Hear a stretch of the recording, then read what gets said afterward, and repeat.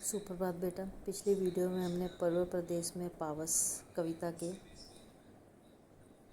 पहले दो पद्यांशों की व्याख्या की थी। तो तीसरा करने से पहले हम पहले इसकी एक बार दोहराई कर लेते हैं।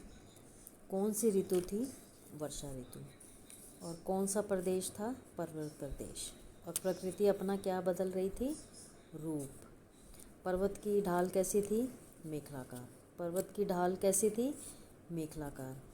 और पर्वतों पर कितने फूल लगे थे? हज़ारों। कितने फूल लगे थे? हज़ारों। और किन आँखों से वह अपना विशाल रूप देख रही थी? फूल रूपी आँखों से। किन आँखों से पर्वत अपना आकार देख रहा था? फूल रूपी आँखों से। और पर्वत जो है वो अपना आकार जो है वो कहाँ पर देख रहा था? तालाब में। कहाँ पर देख रहा था? तालाब में। तालाब की तुलना किसके साथ की गई है? दर्पण के साथ। किसके साथ की गई है? दर्पण के साथ। और तालाब की तुलना दर्पण के साथ क्यों की गई है? क्योंकि जिस प्रकार दर्पण में हम अपना प्रतिबिंब देखते हैं, अपना चेहरा देखते हैं, वह हमें साफ और सुंदर दिखाई देता है। उसी प्रकार तालाब में पहाड़ को अपना आकार जो है वो साफ और सुंदर विशाल दिखाई देता है। गिरी किसका गौरव गा रहे थे? पर्वतों का, पहाड़ों का। गिरी किसका गौरव गा रहे थे? पर्वतों का, पहाड़ों का।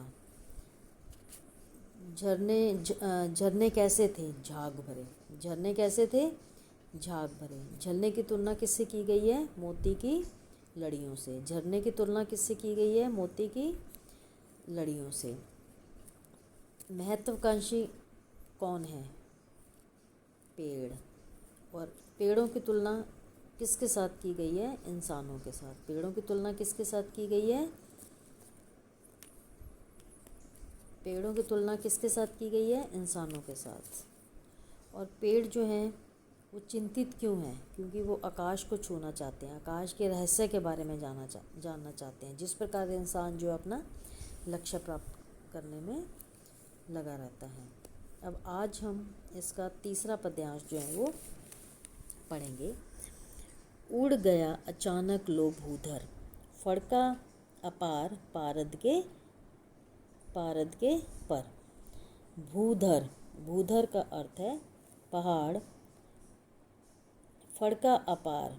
भूधर फड़का अपार पारद के पार। पारद अर्थात पारे के समान। पारद अर्थात पारे के समान। आपने थर्मामीटर देखा होगा। थर्मामीटर को जब हम तोड़ते हैं तो उसमें से एक वाइट कलर का मरकरी निकलता है, जिसको हम क्या बोलते हैं? पारा। जिसको हम क्या बोलते हैं? पारा। और पारा कैसा होता है? वो चमकने वाला। कैसा होता है वो? चमकने वाला। अपार जिसका कोई भी पार ना हो, अर्थात असीमित। पर अर्थात पंख। पर अर्थात पंख।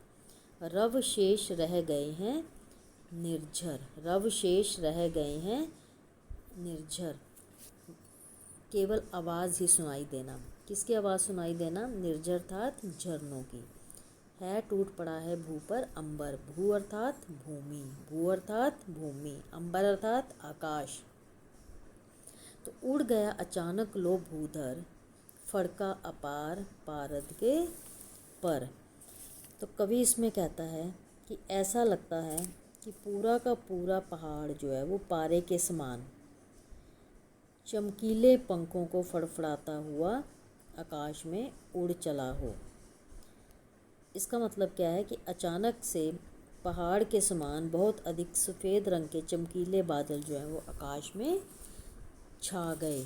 आपने कई बार आकाश में देखा होगा कि बड़े बड़े कहीं पर जो काले रंग के बादल होते हैं और कहीं पर जो है वो सफ़ेद रंग के बादल होते हैं। तो यहाँ पर जो है वो सफ़ेद रंग के बादलों की बात की गई है कि अचानक से ऐसा लगता है कि पूरा का पूरा पहाड़ जो है पारे के समान चमकीले पंखों को फड़फड़ाता हुआ ऊपर आकाश में उड़ चला हो, अर्थात आकाश में बहुत सारे सफ़ेद रंग के चमकीले बादल जो हैं वो छा गए हों।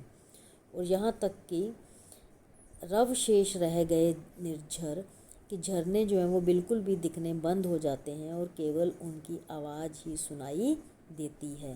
तो है टूट पड़ा भू पर अंबर, और ऐसा लगता है कि मानो कि आकाश जो है वो धरती पर टूट पड़ा हो। अर्थात कि इतनी तेज बारिश हुई और तेज बारिश होने से ऐसा लगा कि आकाश धरती पर टूट पड़ा। धस गए धरा में सभ्य शाल, उठ रहा धुआं जल गया ताल। धस गए धरा में, धस गए मतलब दब गए, धरा अर्थात धरती में, सभ्य अर्थात भय के साथ, सभय। शाल जो है वो एक प्रकार का वृक्ष है जो पहाड़ों में पाया जाता है।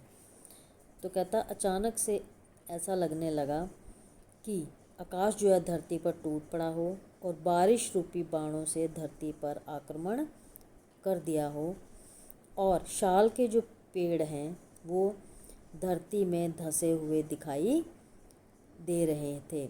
उठ रहा धुआं जल गया ताल, ताल अर्थात तालाब।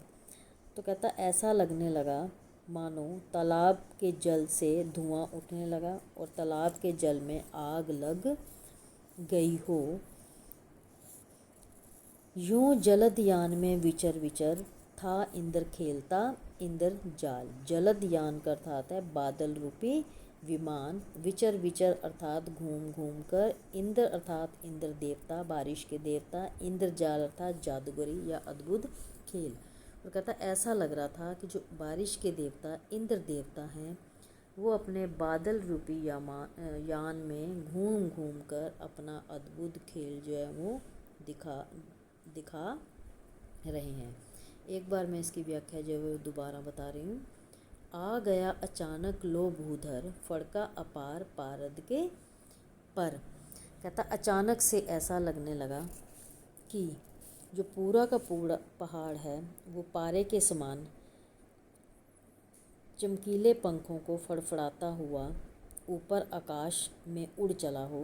अर्थात अचानक से पहाड़ के समान जो है वो चमकीले सफ़ेद रंग के बादल जो हैं वो आकाश में छा गए, और अचानक से झरने दिखना बंद हो गए और केवल उसकी आवाज़ ही सुनाई दे रही थी। है टूट पड़ा भू पर अंबर, और ऐसा लगने लगा तेज बारिश के कारण कि आकाश जो है वो धरती पर टूट पड़ा। धस गए धरा में सभ्य शाल, और धस गए का अर्थ है दब गए। सभ्य शाल, सभ्य अर्थात भय के साथ, और शाल अर्थात एक प्रकार का वृक्ष। तो कहता ऐसा लगने लगा कि जो शाल के वृक्ष हैं वो धरती में धंस गए। उड़ रहा धुआं जल गया ताल, और ऐसा लगने लगा कि तालाब के जल में से धुआं उठने लगा और जो तालाब के जल में आग लग गई हो।